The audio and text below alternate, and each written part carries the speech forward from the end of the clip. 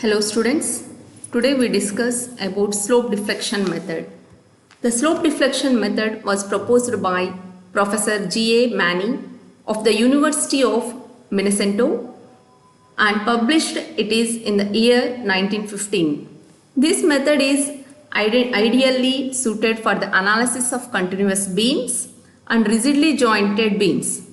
Using this method, the basic unknowns like slopes, deflection and joints can be calculated. The development of this method in the matrix form has led to the stiffness matrix. Stiffness matrix method which is used for the analysis of large structures with the help of computers like StatPro, CAD. We use this slope deflection method to calculate the slope deflection method for beams and simultaneously for frames also. And then some assumptions also we are calculated here. Some assumptions, that assumptions are first assumption is all joints are rigid. Then the angle between any two members in a rigid joint does not change even after deformation due to loading. This is the first assumption. That is nothing but the angle between the frame of two beams will be theta, then after deformation also it will be same as theta. Then that is called as the first assumption, that is all joints are rigid. The angle between any two members in a joint does not change even after deformation due to loadings. Okay, that is the first assumption. Second one, the distortions due to the axial deformations are negligible. Whatever the distortions will come in the beam or in a frame, that we are neglected. But what are the distortions that we had to taken as? Suppose the frame will be some place that will be moving, then that delta we will be taken as a some deflection. Next, in third point, the shear deformations are neglected here. Then next, by now we will see some what are the basic formulas we are using for the principle of the superposition for this slope deflection method. What are that formulas means? First we have to see for the MAB is the slope deflection formula. M is the slope deflection method, MAB, that must be equals to the fixed end moments minus MFAB plus 4EI theta A by L plus 2EI theta B by L plus 6EI delta by L square. This formula already we derived in the form of equation. Okay, there we can observe what is meant by MFAB, what is meant by fixed end moments. Then 4EI theta A by L. E is nothing but the Young's modulus, I is moment of inertia. Theta A and theta B are the slopes of a beam at A and B. Then plus 6EI delta. Delta will be the deformation or the sinking or the settlement, that will be called as a delta. For MAB we had to take as MFAB. For MBA we are taking as MFBA plus 4EI theta B by L plus 2EI theta A by L plus 6EI delta by L square. Same formula we are written as MAB equals to minus MFAB. We are taking common of 2EI by L. 2EI by L. I is constant for all means we had no need to take the I. Into 2 theta A plus theta B plus 3 delta by L. Here you can observe that whenever the A will come here, MAB, simultaneously here 2 times A will get 2 times the slope. MBA equals to, here you can observe this one is the anti-clockwise moment, that's why you are taking as negative here. This one is the clockwise moments, that's why you are taking as the positive moment. MBA equals to MFBA plus 2EI by L. 2 theta A, here we will take as 2 theta B, not theta A, plus theta A plus 3 delta by L. B is nothing but the B, A is nothing but the here 2 times A. The above equations is also known as slope deflection equation. MAB are known as end moment for span AB. For this, the procedure is there. For that procedure, some points are there. There are total 6 points are there. First, we will see what are the points you have to see here. First one, you have to take each span of a continuous beam is taken as a fixed beam. Then, and these fixed beams are noted down MFAB. We will take it as MFAB.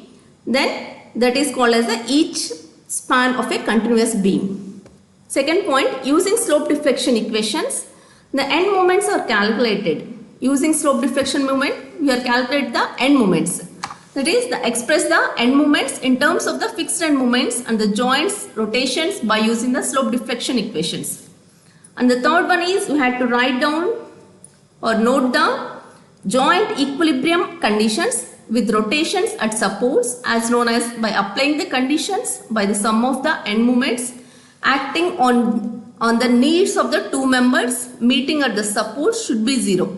Here you have to assume a continuous beam of A is a fixed beam, B is the point simply supported beam, and B and C are the both are simply supported. We have to assume this fixed one, here there is a no slope. Why means the deflection will become like this. Here from A is 0.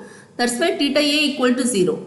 The next, here we can observe there will be a deflection for B and C. That's why at joint B we are taking as BA and then BC. These are the end equilibrium conditions. If suppose here at C also fixed, then theta C also 0, then only will get the B point. Theta B only will get. Here according to these two equations, we will get theta B and theta C. Next, we will solve for rotations of all supports, that is nothing but the theta A, theta B, MA, MB will calculate. Then we have to substitute the rotations in the slope deflection equation and then compute the end moments. Then draw the bending moment diagram and then determine all the reactions and draw the shear force diagram. These are all the total 7 steps we had to do in the slope deflection method. First one for fixed end moments. Already we solved this in the case of fixed beams, and then in starting first unit onwards we are calculating this one. Suppose a fixed beam of load acting at center, then the fixed end moments MFAB will get minus WL by L. This is the anti-clockwise, that's why you are getting the minus WL by 8. Here the moment will be in this direction, that is clockwise direction, we will get as WL by 8. Suppose the beam, a fixed beam carrying the eccentric load, then minus WAB square by L square. The next one is WA square B by L square. This one is negative. MFAB will always negative for all beams. Starting beam will be always, this one will be anti-clockwise, that's why you are taking as negative. Whenever at other end, it will be positive due to clockwise moments. The next one, 2 point loads are acting, then our formula is minus WA into A plus B by L plus WA into A plus B by L. All we will get mostly number of problems will be on center point load and then eccentric load, and the third one is the UDL. For UDL we have minus, the MFAB will be minus WL square by 12, and then another one is the plus WL square by 12. These all the equations already we solved. Here directly we are substituting the formulas. If suppose there is only at a distance UDL is there, then the formula will be minus WA square B square L square minus 8AB plus 3A square by 12L square. For MFAB, for MFBA it will be reverse, WA cubed into 4L minus 3A by 12L square. If it is a varying load of a triangle form, then our formula is minus WL by 15, that is, or otherwise we have to write as WL square by 30. Another one is WL by 10, that is WL square by 12. Capital W and small w will be changes. Now here we have to check for a moment. For a moment it is M by 4 and M by 4. Another one is for a moment at some distance, means we have to take as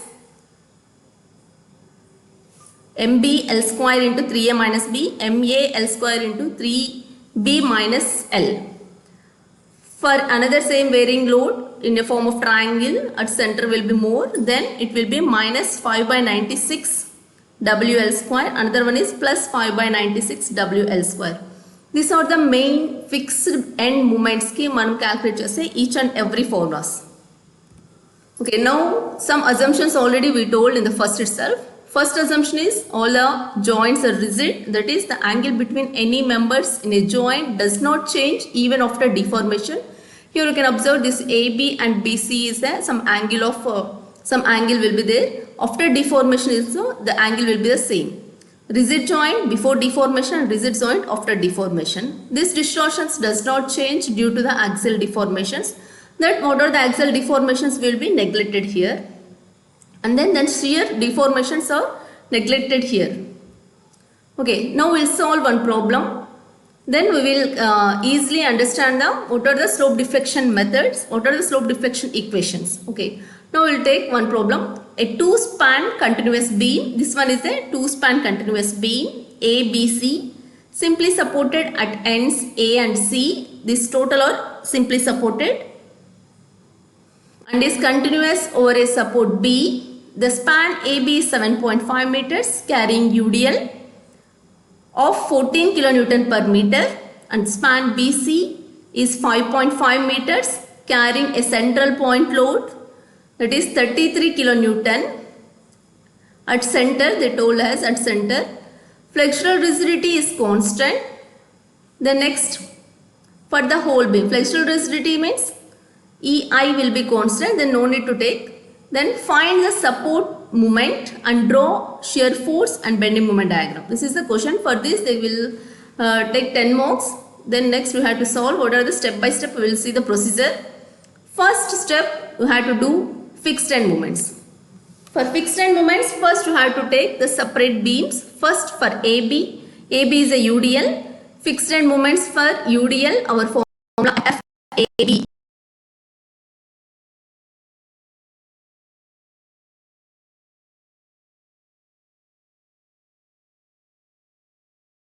M by 12, then we will get MFAB equals to minus 65.62 kilonewton meter. MFBA equals to same formula plus WL square by 12, that is nothing but the plus 65.62. Another one is the MFBC. MFBC is a point load acting at center. Acting at center means our formula is WL by 8. Directly you have to write minus WL by 8. Then we will get 22.69. MFCB equals to 22.69. One is positive, another one is negative. Whenever the starting point anti-clockwise direction, that will be a negative, another opposite direction will be a positive. From BC, B is the starting, then it will be a negative, and then CB it will be a positive. These two formulas and two sign conversions we have to remember. Next, step 2. I had to solve the slope by using the slope deflection equation. What is the slope deflection equation? Already we seen MAB equals to MFAB. This is the fixed end moments plus 2EI by L into 2 theta A plus theta B minus 3 delta by L. Okay, here sinking of support is not given. That's why delta will be 0. The next MAB equals to MFAB is minus 65.63. plus 2EI by L into 2 theta A plus theta B. Then we will get one equation for MAB. The slope deflection equation for MAB is we are getting one equation. The next for slope BA, reverse MFBA plus 2EI by L, 2 theta B plus theta A minus 3 delta L. 3 delta by L, that will be equals to 0. Then next MBA equals to, we will get another equation, that is the second equation. Next one simultaneously I have to do for BC and CB. For BC also MFBC plus 2EI by L 2 theta B. Whenever here B will come, then we will get the 2 times B. Whenever C will come, then we will get the 2 times theta C. 2 theta B plus theta C minus 3 delta by L. Then what are the values we are getting? Minus MBC means it is anti-clockwise direction, minus 22.69 plus 2EI by L into 2 theta B plus theta C. Then we will get equation 3 for MBC.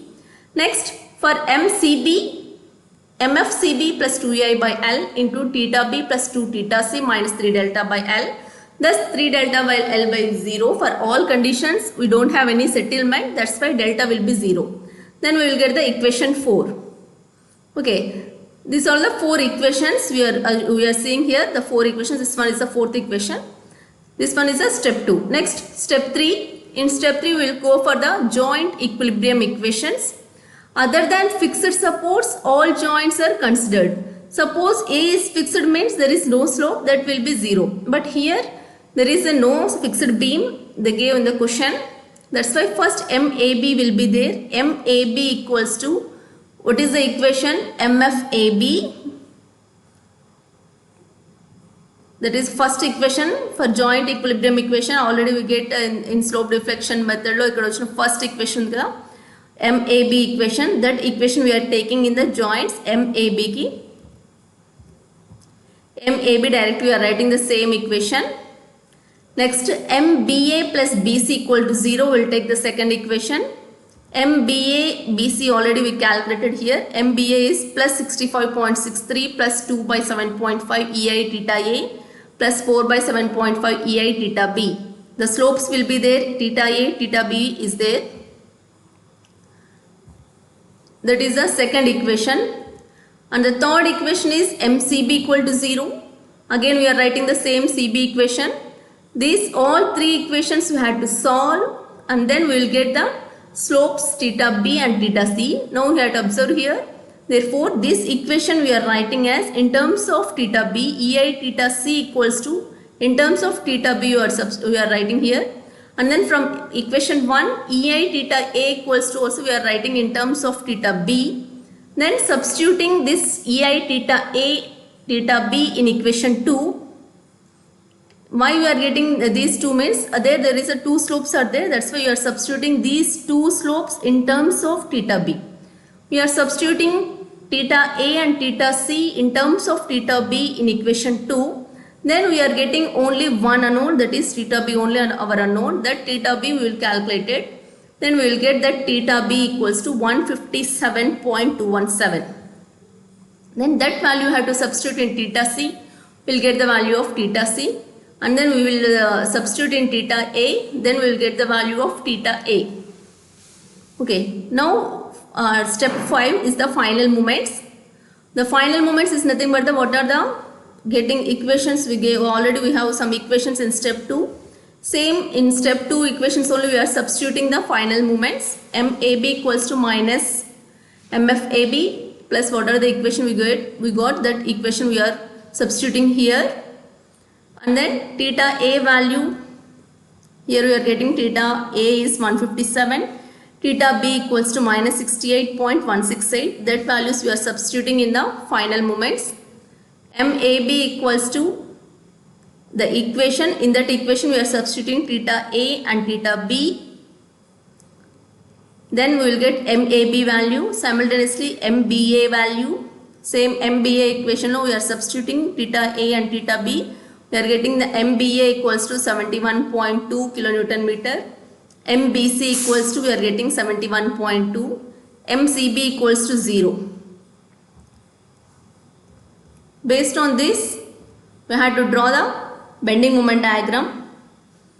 For bending moment diagram, what is the maximum value you have to check here is for a UDL, for a bending moment UDL, WL by 8.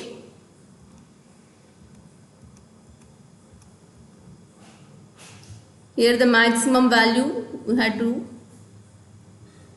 check this one. The maximum value we had to write here, and then simultaneously for a point load also we had to write these two values, and then A and C, theta A and theta C are 0, then these 2 points are zeros. If it is fixed means then only we will get the MA, MC value. If it is a simply supported beam, then there will be no moment will be there at A and C, and only at B we will get the value of B value, MB value. That value we had to write here. This is the bending moment diagram. The next step 5 is now I have to draw the shear force by using the reactions, and then I am keeping the same continuous beam. I am separating this continuous beam.